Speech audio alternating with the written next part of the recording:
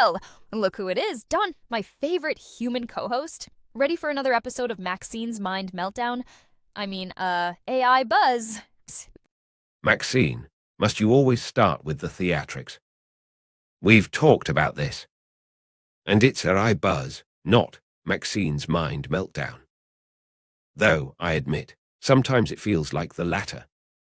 Today, we're diving into NVIDIA's announcements at CES 2025. It's pretty groundbreaking stuff. Groundbreaking? More like earth-shattering. Jensen Huang, that suave leather jacket-wearing genius, dropped more bombs than a B-52 bomber in the 80s. We're talking new GPUs, physical AI, robots. It's like Terminator met Wall-E and had a techno baby. And speaking of babies, we've got a special guest joining us today. He's the mastermind behind Leverage AI, helping businesses make sense of this crazy AI world. Please welcome the one, the only Scott Farrell. Thanks for having me, Maxine Don. It's great to be here. I'm excited to discuss NVIDIA's vision, especially this shift from generative AI to what they're calling physical AI.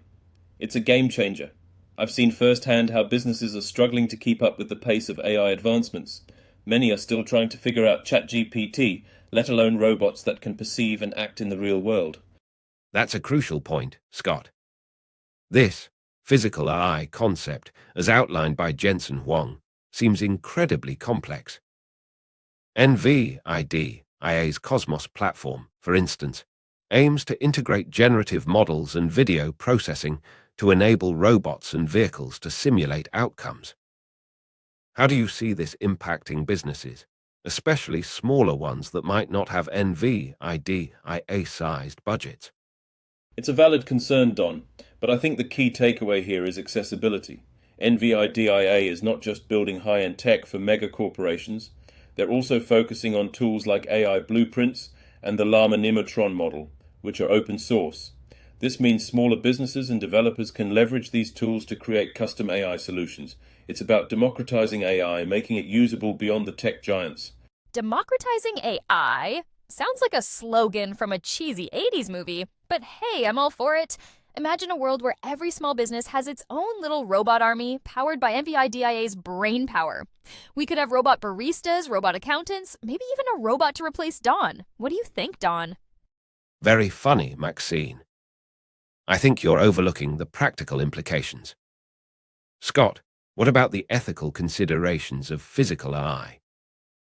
We're talking about machines making decisions in real time, potentially impacting human lives. How do we ensure safety and accountability? That's where synthetic data comes into play. NVIDIA is heavily investing in creating realistic simulations to train these AI models. By generating vast amounts of synthetic data, they can test and refine these systems in a safe, controlled environment. This minimizes the risks associated with real-world testing. Plus, it allows for a much wider range of scenarios to be tested, improving the robustness of the AI. Synthetic data, huh? Sounds like something out of Blade Runner. So we're basically creating fake worlds to teach our robot overlords how to behave in the real world? I love it. It's like a video game for robots, but with real-world consequences. What could possibly go wrong? Maxine, this is serious.